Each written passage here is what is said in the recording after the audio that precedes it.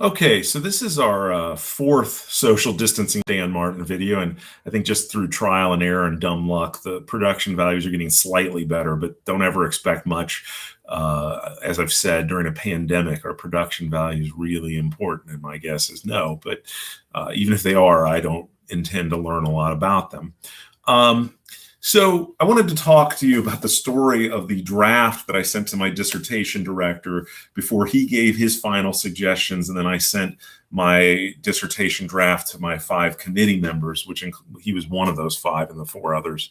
And basically, he gave a deadline. He said, I need a draft from you by Monday morning so I can make these suggestions and get them to you by the next Monday. And then you have like a week to fix everything I've asked for. And I wouldn't say it was like do or die, but it was do or almost die. Like, I mean, everybody's willing to work with people, but I mean, it was time. And I was approaching this deadline, and I felt pretty good about it. I had pretty much the whole dissertation written. There were some things I wanted to pull from it, some pages that just didn't really add anything to it. And then I wanted to add some pages to it as well.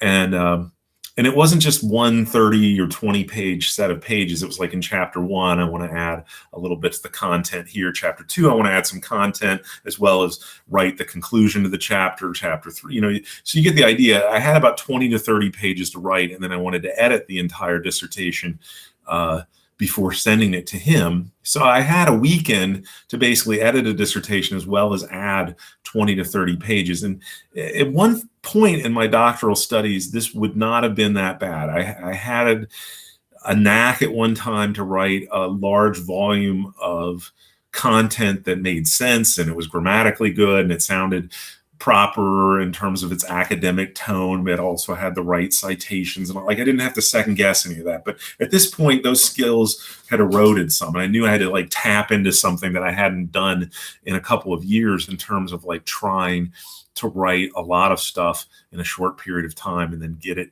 to somebody else who I really needed to like what I had written.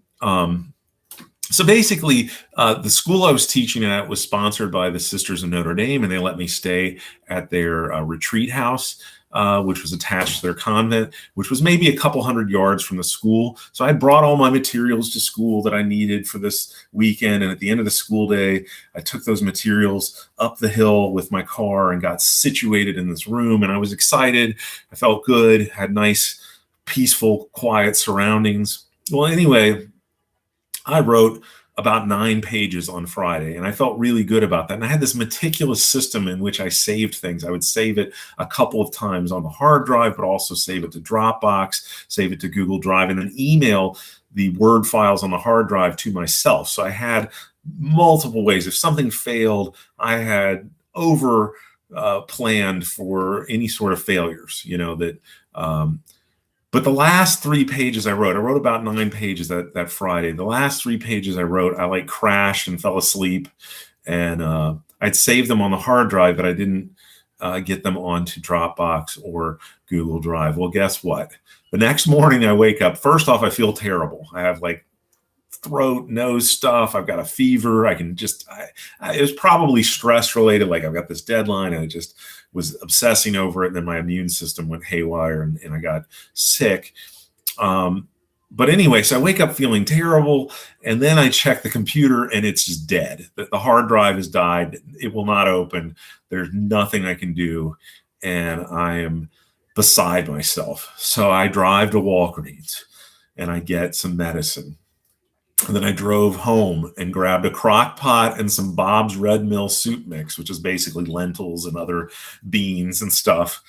And then I drove back, and I got the key to the computer lab at the school, and I saw how bad it was. And I was like, oh my gosh, I've lost 3 pages. Well, when you have 20 or so pages to write, and you're like, I'm done with 9 of them versus I'm done with 6. That's a deflating thing. And there was a lot of editing to do. And 20 was the low end. 30 was the high end of what I was trying to add in. And then I was also pulling pages out and editing.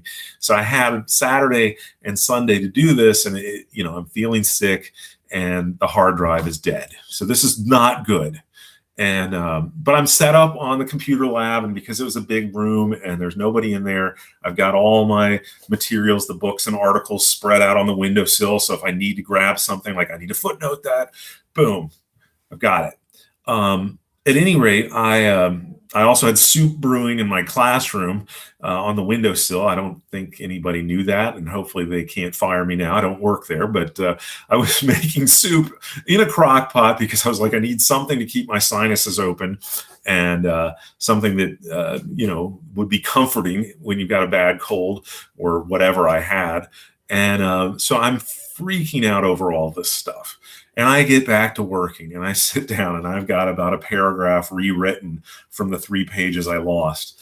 And then I hear the marching band for our school and the brother school that was across the street. I hear these students coming down the hill, and the window for the computer lab backed up to the entrance to the band room. And they're walking down the hill and they're being kind of loud, as students might be on a Saturday morning, walking to get their instruments. And then as they walk up the hill, because they practiced in the faculty parking lot, they're playing their instruments. I'm sitting here typing like I'm listening to high school instruments. I've got soup brewing in my classroom. I've got a dead hard drive, and I've got a cold or whatever, and the medicine's sort of working, sort of not. I'm like, what am I going to do?